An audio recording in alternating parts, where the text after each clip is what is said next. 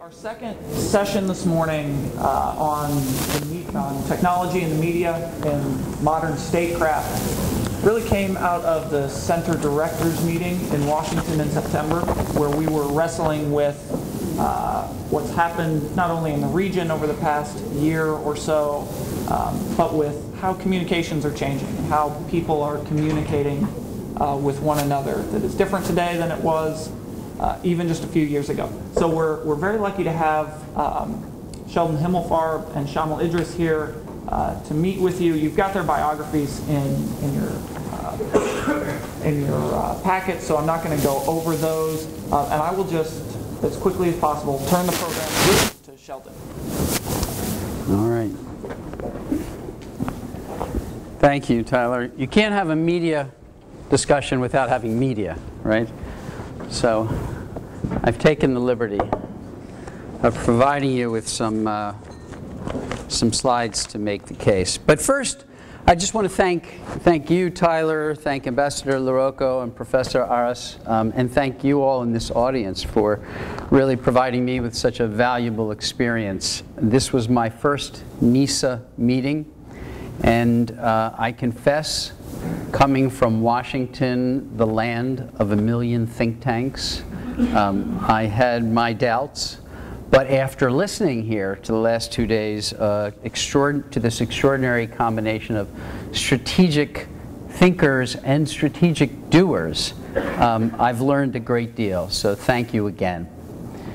Now, hopefully I can return the favor by making a few useful observations about this very large, expansive topic of media and technology and modern statecraft, and the way that media technology is actually changing statecraft. Where we're going with this. I want to look forward more than looking back. We'll do a little bit of both, but a lot has been said here about sort of trends and where we think the world is going. I guess that's what comes from being strategic thinkers. So I want to pick up on that in this presentation. But I hasten to start off by saying statecraft is not the business that we are in at the United States Institute of Peace, where I work. For those of you who are not familiar with USIP, we're really about what happens when statecraft goes wrong.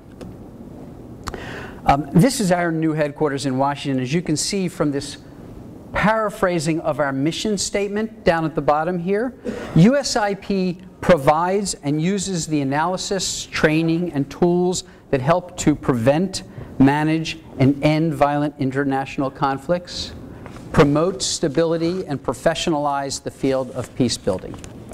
So we are often called a think and do tank in the conflict management business, if you will, which is, as I said, what happens when this traditional statecraft breaks down.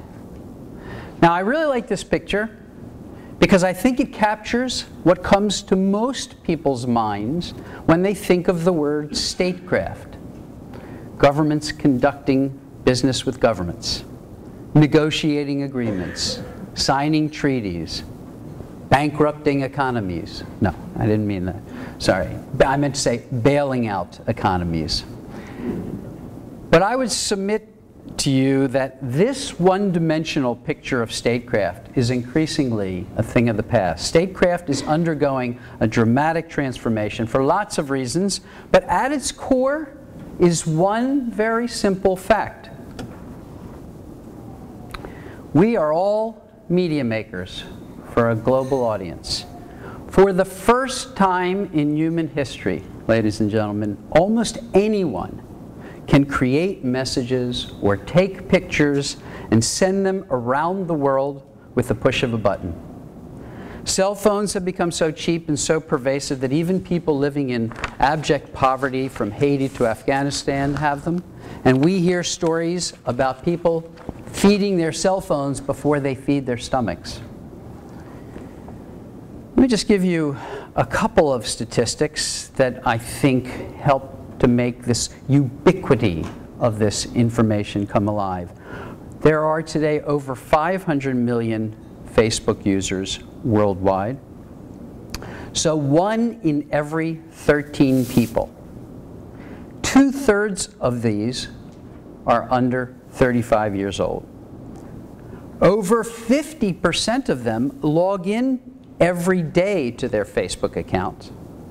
And over 200 million people interact with their Facebook accounts via their cell phones. 48% of 18 to 34-year-olds check Facebook when they wake up. 28% of them do it before they ever get out of bed. 70% of that 500 million Facebook users are outside of the US. And lastly, 48% of young people say they get their news through Facebook. So the impact of this revolution in information technology and social media cannot be overstated, as we have seen recently across the Middle East and North Africa. It is a major factor in disrupting governments and societies with stunning speed and predictability. And I want to make it come alive a little more here. Here are 2 Facebook screenshots of pages that are, in my view, emblematic of the power to mobilize people that comes with this phenomena. Many of you in this room are already familiar with the page on the left. We are all Khalid Saeed. That's the group that became a rallying cry for Egyptians this past January when security forces had dragged Khalid Saeed into a side street and beat him to death. The pictures of that young man spread like a fire across the internet, across cell phones, and just fueled the protests against the Mubarak government. But less of us are familiar with the page on the right, which happened almost 3 years earlier and was almost exactly the same sort of strategy that was used in Colombia, South America. And it resulted in 10 million people taking to the streets to protest the FARC in over 104 cities. It was called A Million Voices Against the FARC. And that action, that taking to the streets, helped to shift the dynamic of the conflict in Colombia. So the Arab Spring, from a media and technology perspective, is part of a pattern. It's not a one-off phenomena. It is what we are seeing happening around the world. Now, what does this mean for statecraft? Well, clearly it means that conducting the affairs of state has to take into account this new reality, and that governments need to figure out new ways of communicating with their newly connected, newly empowered civil societies. And we heard a little bit of that on the last panel when one of the questioners said, I think this is about more people power than government power.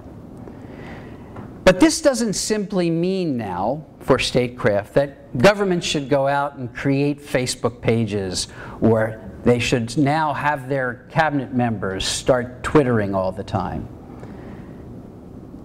Which I have to say is what most governments are doing. That's how most governments are actually responding to this phenomena, either with that kind of pushing of information at people, just like their broadcasters, or by intimidating those who are using it.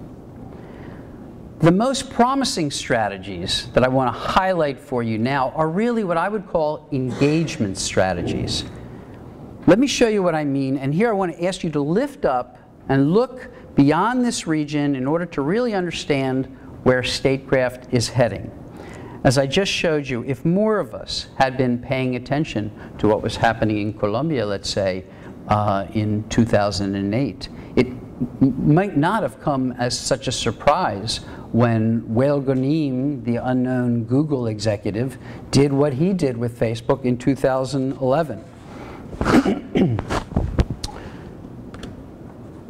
So one of the most important and exciting developments at this nexus of media and technology and statecraft has been in the ability of some governments and citizens to leverage the power of civil society to provide new, actionable information. Data about real events in real time, or what some of us like to call ground truth. Data that can be used for everything from disaster response, as it was used in Haiti, to monitoring and mapping election violence, as it was used in Kenya, up there on the left there, using the Ushahidi platform, and or to monitoring the fighting in Libya there on the bottom.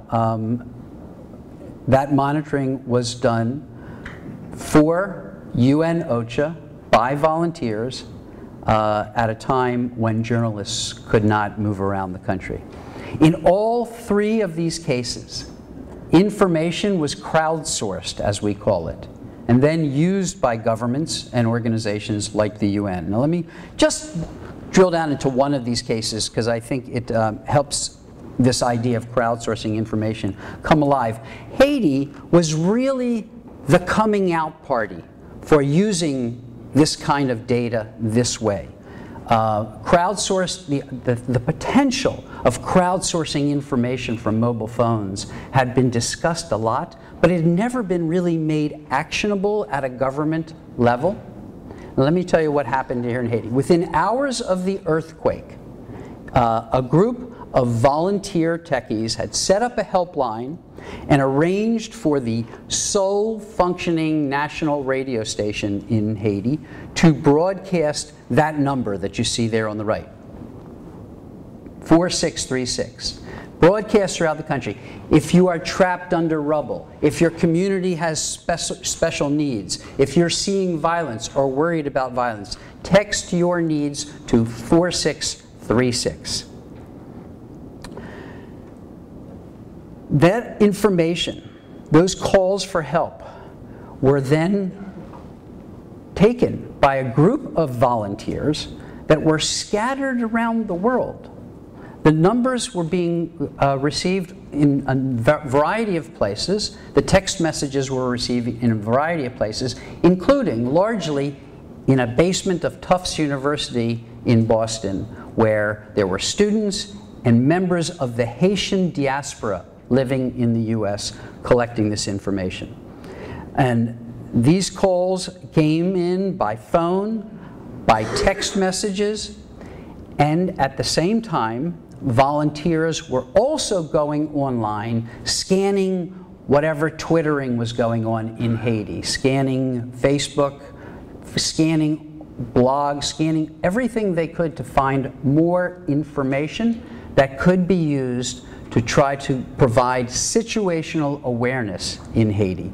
And all of this was being vetted with these members of the Haitian diaspora who had rushed in to volunteer their time and energy, and then posted immediately to that Ushahidi map you see up there on the left, that same sort of map, which has different categories for different kinds of calls for help.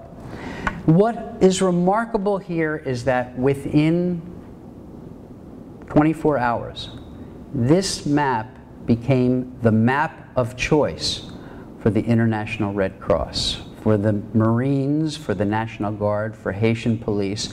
They all turned to this map that had been created by an all-volunteer task force of people around the world that were collecting data from many, many different sources.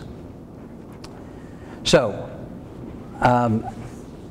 volunteers in places around the world providing detailed, useful maps that guide government action. And so when you see this kind of real-time information being captured from networks of citizens, rich and poor, using SMS text, Twitter, Facebook, blog posts, and plain old mobile phone calls, can you see how it can influence governments? One can easily understand the transformation that statecraft is only beginning, and how it is beginning to focus less on those government-to-government communications and a bit more on the people to government and back again. In fact, some governments, like the American government, are quite openly revamping the way they do business to account for these new phenomena.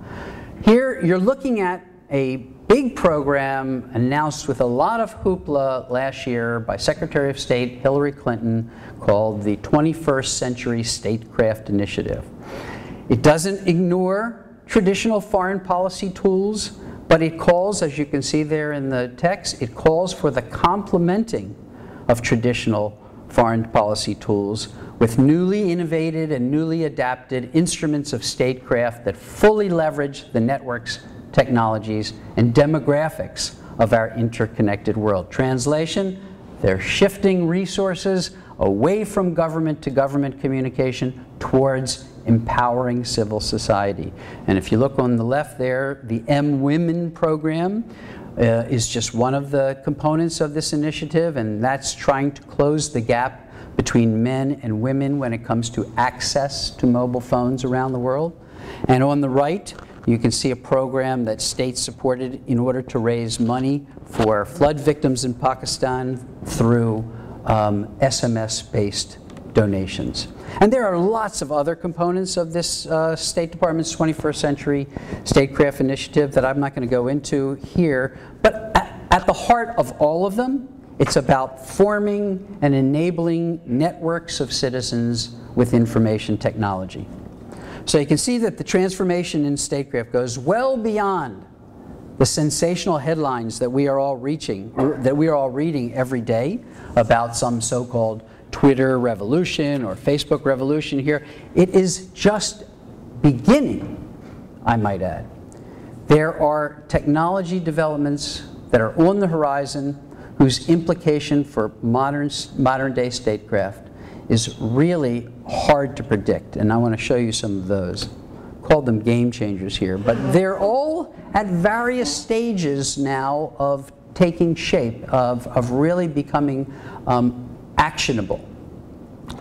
On the top left there, you see predictive analytics at work, and Google Flu Trends offers us proof of concept regarding the possibilities for using social media and other forms of data, new online data, to make really useful, valuable predictions.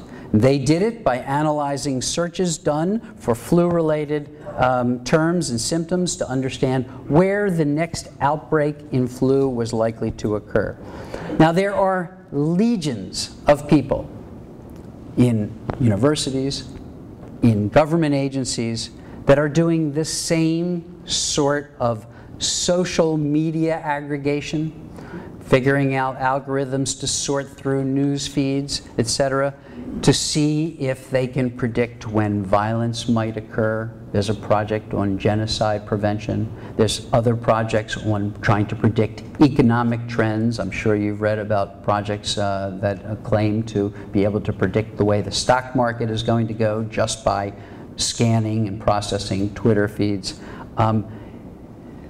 You can be sure that within a couple of years, this is going to have a profound impact on statecraft as well. Same for the radical improvements that we're seeing in translation software there on the right. I have a Google Droid right now. I can speak in English and my Google Droid will speak in Spanish, and I can have a real-time conversation in English-Spanish. What happens when accurate, real-time, voice-to-voice translations become a reality? One would hope that we would see exponentially more of the kinds of virtual youth exchanges and intercultural dialogues that we should be seeing, and that which organizations like Shamil, my colleague Shamil Idriss, is really leading the charge on today. Once we're demolishing some of these language barriers, it will help enormously in enabling this power to reach out and touch people on the other side of the planet to actually have a greater impact than ever.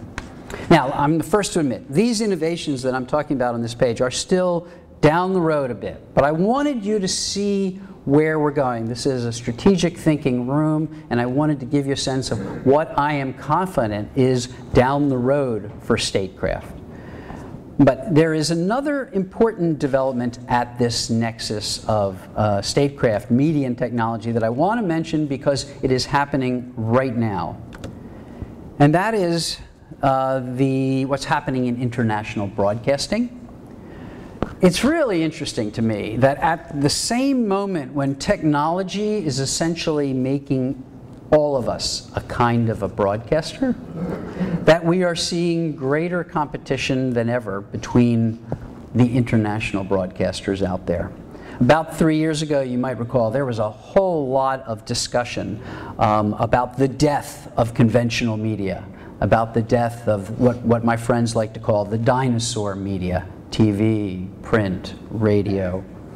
And I think the rise of networks like Al Jazeera shows us these predictions were grossly overstated, in that conventional broadcasting has become a close partner of internet broadcasting. In fact, the most potent mix when it comes to winning or shaping hearts and minds is the combination of online and offline media.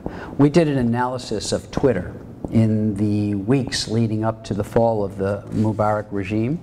And what we found was fascinating. It showed that an overwhelming number of those tweets actually were pointing people towards news stories on Al Jazeera. So you can see that hand-in-glove sort of arrangement between online and offline media.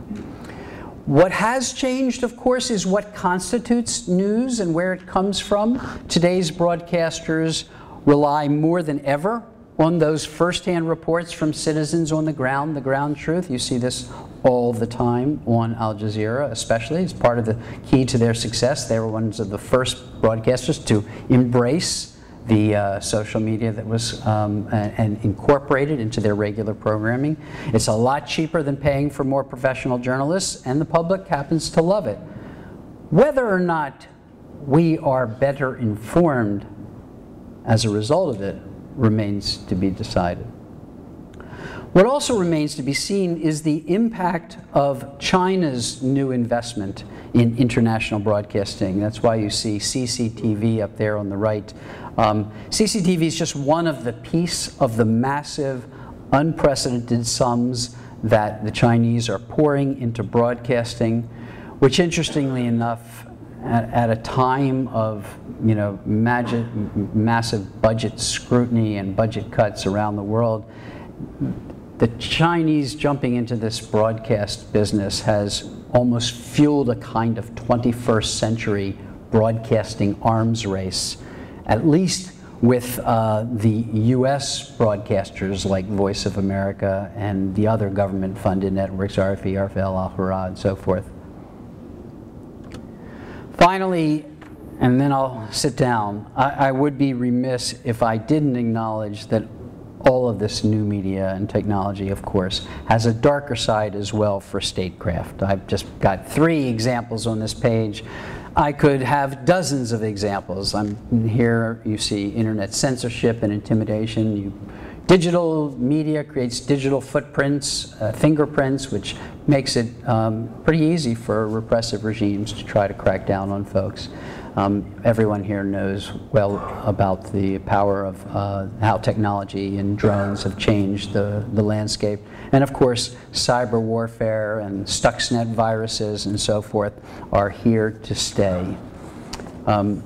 As I said, I could talk about dozens more of these, but that would really require more time than I have. And besides, coming from the U.S. Institute of Peace, I much prefer to focus on the positive transformations in statecraft that we've been seeing, and that I'm quite confident we are going to be seeing in the years to come.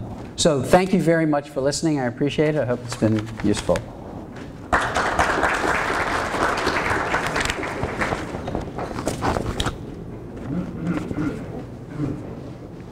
We got a hand off. Here, let me give you that.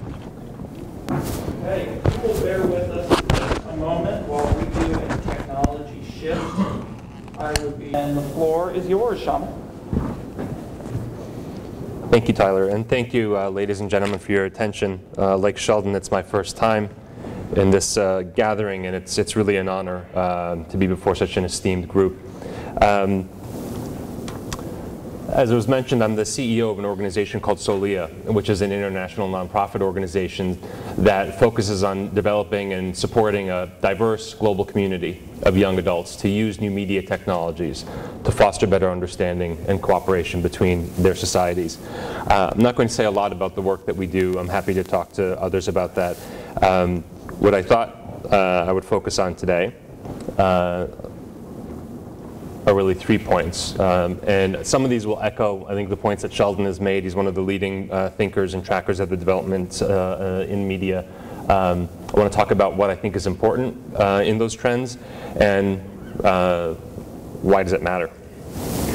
In terms of the benefits of new and social media technologies and platforms for relations between societies and states, there are at least 3 that are abundantly clear. One is the unprecedented access to information, that people have available to them sources of information much more diverse than they ever had before. 2 is the unprecedented connectivity between peoples. And 3, I think, is the most profound, which Sheldon sort of referred to in his remarks, which is the shift in media's role from a broadcaster of content to an enabler of interaction and conversation between peoples. And I think this is probably the most profound shift in the media industry as a result of the development of new and social media technologies. But I want to talk about these trends in terms of dichotomies, because each of these so-called benefits are also paired with a certain kind of limitation if you look at how these tools are being used. The first is, if that's the world that we would like to see with this new ability of people to access very diverse sources of information, the reality is actually that with new media technologies, people are increasingly subscribing to those sources of information that reinforce their pre-existing worldviews. And so the follower of any one of these media outlets is very unlikely to follow another one of the media outlets. And what you get as a result is what you might call information silos. And it's rare. I mean, there are probably a number of people in this room for whom that does not apply. You are senior researchers, you're looking at trends. There are probably many people here who will follow multiple media outlets. But I'm talking here about general populations. The second one is, in a similar kind of way, the social media world is largely, people's social media networks are largely divided and kind of siloed in the same way that the real world is, along clicks. You don't have many social media networks that bridge ideological divides. You don't have many people's social media networks that bridge socioeconomic classes and categories. You don't have many that bridge, for instance, very religious and very secular, or very conservative and very liberal. And so what you get, and this reinforces the first trend, because as Sheldon said, if you take his statistic that 48% of the 500 million Facebook users get their news from Facebook, and you overlay that with the fact that you have these cliques of people with reinforcing views, reinforcing ideologies, it reinforces the first point, which is that we're living increasingly in a world of information silos. And it is in fact true, I think, particularly for people under the age of 35, the news sources that people tend to trust are not, for the most part, the mainstream media sources that many of us grew up with.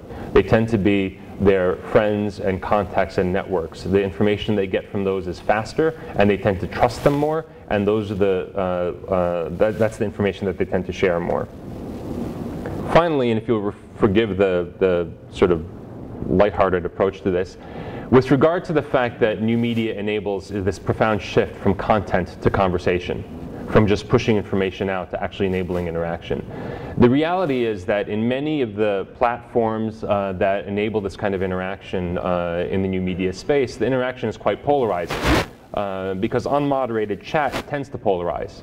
And so if you look at the comment pages on Al Jazeera, or comment pages on any New York Times article, or you look at certain blogs, the most extreme voices oftentimes tend to dominate. Even if they're a minority, they're typing the most, they're throwing the most sort of nasty comments out, and tends to hijack the conversation. So there's this dichotomy between sort of the benefits of new and social media and some of the limitations of social media. I don't know from research, because unlike many of you, I'm actually not a researcher. I'm not part of a think tank, so unlike the previous chair said, I'm not paid to think, so perhaps my presentation won't be particularly thoughtful. But I think that the key to how tools are used along this nexus between these two columns has to do with one's generation.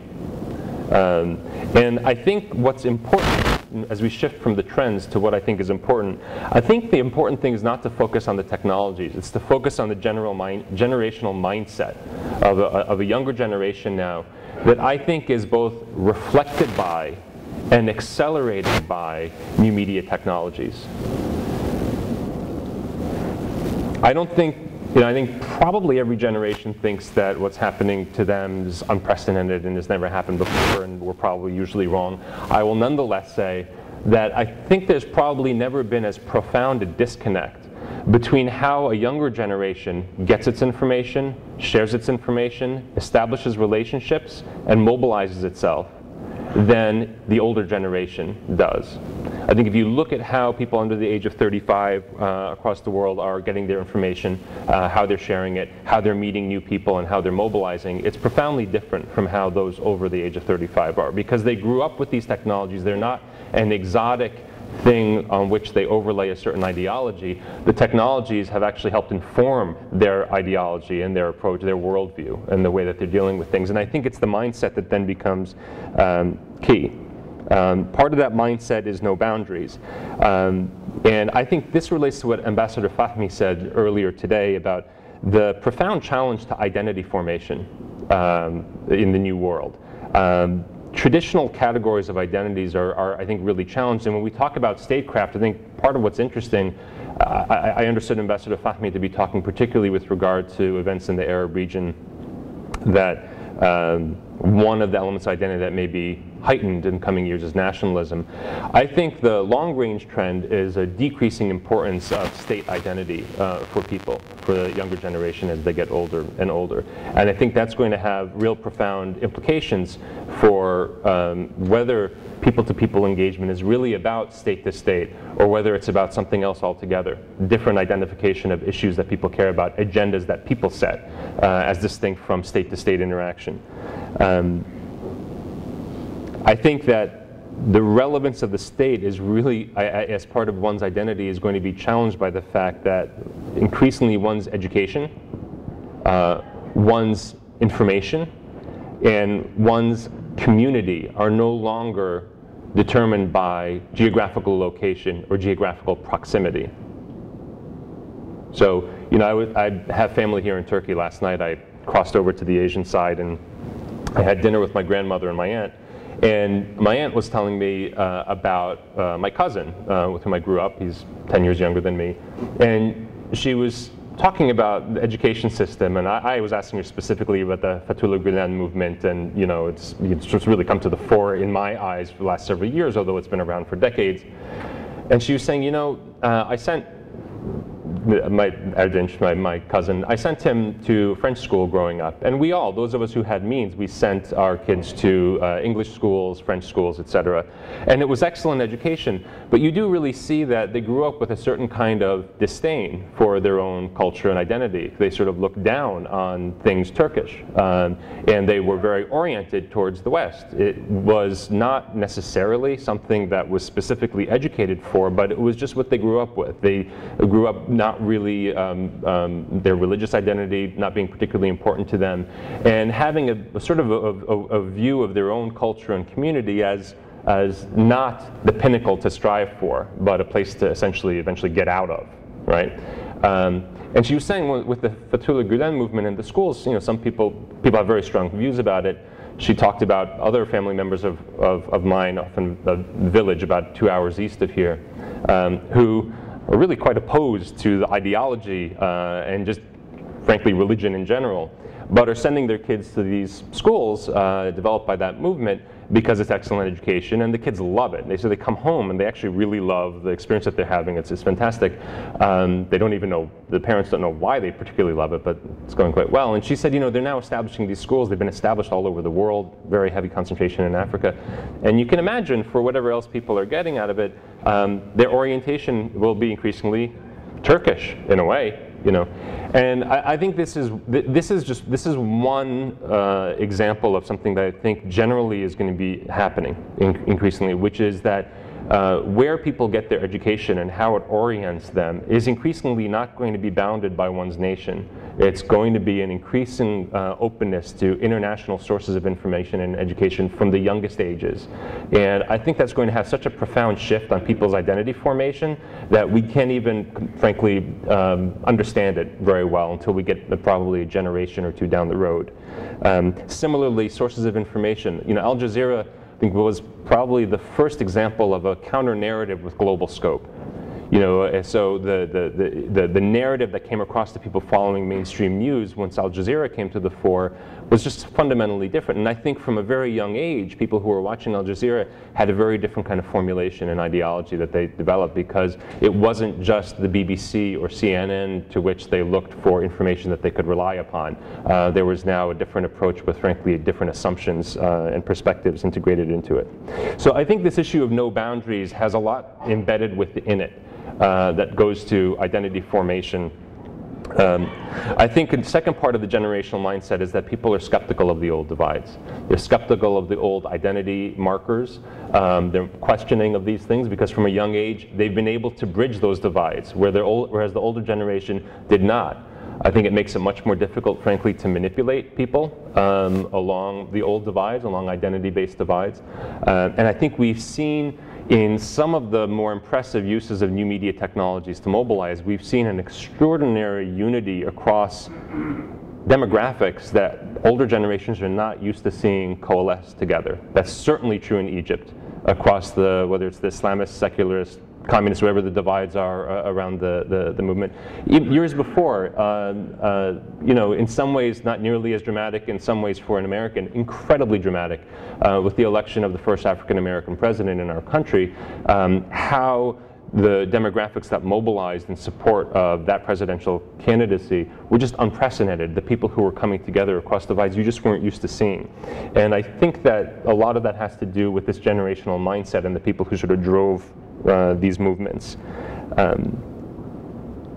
The third element I want to touch on is just that these are incredibly empowered activists. And they're empowered with a certain approach to activism. And here I'm calling it rhizomatic activism. I'm stealing a term, and rhizomes, for those, has anyone heard the term rhizome? Okay. So rhizome is an agricultural term. It's a term for root vegetables and others that have stems, horizontal stems that are underground. Bamboo, ginger, potatoes, asparagus. These are things that have these structures that have horizontal stems that are incredibly difficult, frankly, to root out. If you cut them in one place, they develop networks in another place. You cannot combat them by simply, you can't pull them up by simply cutting what you see above the ground. You have to do incredible disruption under the earth to get these out. And rhizomatic activism, I think, and it's a term that Ali El-Ragal from Egypt, one of the young activists, has been involved from the earliest days of the April 6th movement. Has coined, but I've also heard this reference to this agricultural term elsewhere. So the first element of this kind of activism is it is horizontal, people forming networks across these divides, and part of being horizontal is having distributed leadership. And this is part of what makes it quite difficult to counter or limit or eradicate these kinds of movements, because you can't simply cut the top, cut the leader. You have this distribution of leadership. And finally, they're extraordinarily resilient. Now, let's look at what has that kind of activism achieved and what has it not achieved. In terms of what it has achieved, I think it has been extraordinarily effective at unifying people across what used to be traditional dividing lines for very simple goals. So if the goal, for instance, can be whittled down to two words, elect Obama, oust Ben Ali, or oust Mubarak, you have this extraordinary ability to coalesce people rapidly across traditional dividing lines. Once you get to maybe the 99% of issues that are much more complex than that, how do you replace the power structures in Egypt? How do you govern? After Obama came into office, how good a job does the administration do of tapping into that unbelievable, unprecedented new media network that they had established? Not very well, they will admit so themselves. The process of governance, the process of problem solving, once you get past easily identifiable goals, is much more challenging in terms of the use of new media. So what? In terms of the implications. The first thing I think I would focus on is to urge people to focus on the mindset shift across generations and not the technological tools. I really do believe that the technical tools are a reflection of the mindset. And the tools are accelerating the dissemination of that mindset globally. That mindset being characterized, as I said earlier, democratic, participatory, horizontal, this kind of thing. And so the first thing I'm going to say is, perhaps not particularly profound at this stage, Ambassador Fahmy said this morning, Sheldon said this now, that it's important to take people power seriously. I would, particularly with this group of strategic thinkers, I would be very excited to engage in a conversation of what that means and what it does not mean. Sheldon talked about some of the specific tools and applications of new media technologies for certain policy ends and certain meeting certain human needs. I think there are a couple things that I think it is not that I'd like to point out. I think it's very difficult. I think it's impossible to take a horizontal, top-down, or command and control mindset and use a means, a medium that is a vertical one rather, a vertical top-down one, and use a means that is horizontal, democratic, and participative to advance that agenda. Whatever the agenda is. And so I think this is, when I hear Sheldon say, governments should not necessarily just create Facebook pages, or, I see a lot of heavily invested in websites by people with a lot of money, oftentimes government policy people, that if we build it, they will come. Let's build a really engaging website and a really engaging platform online so that people can really come and interact. The investment, in my view, really needs to go to the community, to the people, to building the network of individuals. And then the technical tools become a means through which they mobilize. But you have to really engage with that community seriously. When Sheldon says engage civil society organizations in this way, I think this is a lot of what he's talking about. I think statecraft is going to have to take, particularly diplomacy, is going to have to take popular sentiment more seriously. I think it's going to make peace treaty establishment more difficult, but much more enduring when it's achieved. I think if you ask, could a Camp David Accord be signed today without a revolt? I don't know, maybe not. I think perhaps in 10 years, you would maybe be able to get a Camp David, you would have maybe been able to get a Camp David Accord that was not only, signed, but reflective of a much warmer relationship at multiple levels than we've ever had. But I think this issue of taking popular sentiment more seriously in diplomacy is a very challenging one that I think is going to be necessary. I think second part of taking people power seriously is the necessary importance of increasing transparency. I think this presents a very difficult challenge for peace processes. One of my mentors, my early stage of my career, was Ambassador Roy Atherton, who's engaged in facilitating negotiations over the Camp David Accord. And I'll always remember you've all heard this phrase, I'm sure, peace processes are like mushrooms, they grow best in the dark, kind of thing. Well, it's very difficult in a world where it's hard to keep anything in the dark. The Palestine Papers came out, and a lot of people saw just how far had the two sides gone. And it had a real impact, I believe, on Palestinian popular sentiment vis-a-vis the leadership, their sentiment towards negotiations generally, and I think it had an impact on eventually pushing for unity between Hamas and Fatah and the Palestinian Authority. Finally, I would say that if you're going to sort of try to mobilize these kinds of campaigns, and you understand that a top-down framework on a sort of bottom-up and horizontal medium does not work, it means you can't just set the agenda centrally and then try to engage the masses. You have to set the agenda in interaction with the masses. That's really challenging. You have to engage them earlier on in the conversation and helping to set the agenda. If you've set the agenda together and you engage one another, you're very much in tune with and engaged with those communities, civil society organizations, then you can have something quite powerful develop out of it, I believe. Second implication is just the cost of inaction. And here again, I reference Ambassador Fahmy, although I think this was in the the Israel-Palestine session yesterday, where he talked about you can't just consider the costs of certain actions, you have to also consider the costs of inaction. I think the days of persistent injustice, systems of injustice that persist over years and years, decades, are really numbered. I may say naive, but I think it's going to be very difficult to maintain unjust systems, double standards, when you have this kind of an empowered community. And third and finally, I think this is a point, an advocacy point. I think it's important to promote young people. I mean, one of the things that's interesting to me is we've always thought, and I think there's certainly some truth to this, wisdom comes with age and experience, absolutely. But again, as Ambassador Fahmy said this morning in his engagement with young people in Egypt, the wisdom that is there as a result of this mindset shift, you know, there's real wisdom in that for how you live in an interdependent world.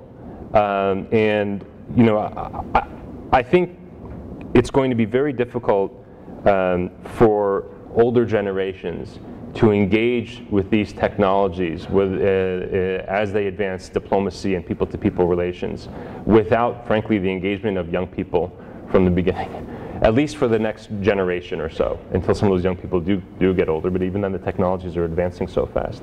I consider myself a fairly global citizen. One of the ways in which I'm very American is I'm a big baseball fan. You know, and one of the things that, you know, every baseball fan has seen, which has been bizarre in the last 10 years, is the best baseball managers, the highest paid general managers in baseball today are under the age of 30. Under the age of 40. These are people who normally would have been 60 and older. You have 28-year-old managers now who are the most sought-after managers because of how they use information in making decisions. It's extraordinary. In Silicon Valley, I don't know the average age of executives in Silicon Valley, the most powerful corporations in the world today. I would be very surprised if it's over 40, certainly maybe even over 35. And this shift needs to be, frankly, taken seriously by those in policy and governance as well. And I'll leave you with one final kind of, I think, maybe a symptom of that. You know, this had happened like 10 years ago, I think, this was, that I had read an article in a science magazine. I don't read a lot of science magazines, but I found this really interesting that talked about the fact that in the current young generation, the primary digit had shifted. That for generations, the primary digit on their fingers was this digit. That's when people would ring the doorbells, they would do it like that, and when they would do a lot of things, they would use this digit. But with the current generation, it was the thumb, and that people were increasingly using the thumb for texting and other kinds of things. The reason that I share that with you is I think that is reflective. It's not simply a technology issue. There's a hardwiring that a younger generation has now in how you use things that they're not even aware of, and that we're not even aware of, that's so profound and deep. And that's why I say it's really quite important to take the mindset more seriously than just the technology, and as part of that, engaging young people much more and populations much more in processes. So I'll leave you with that and look forward to the discussion.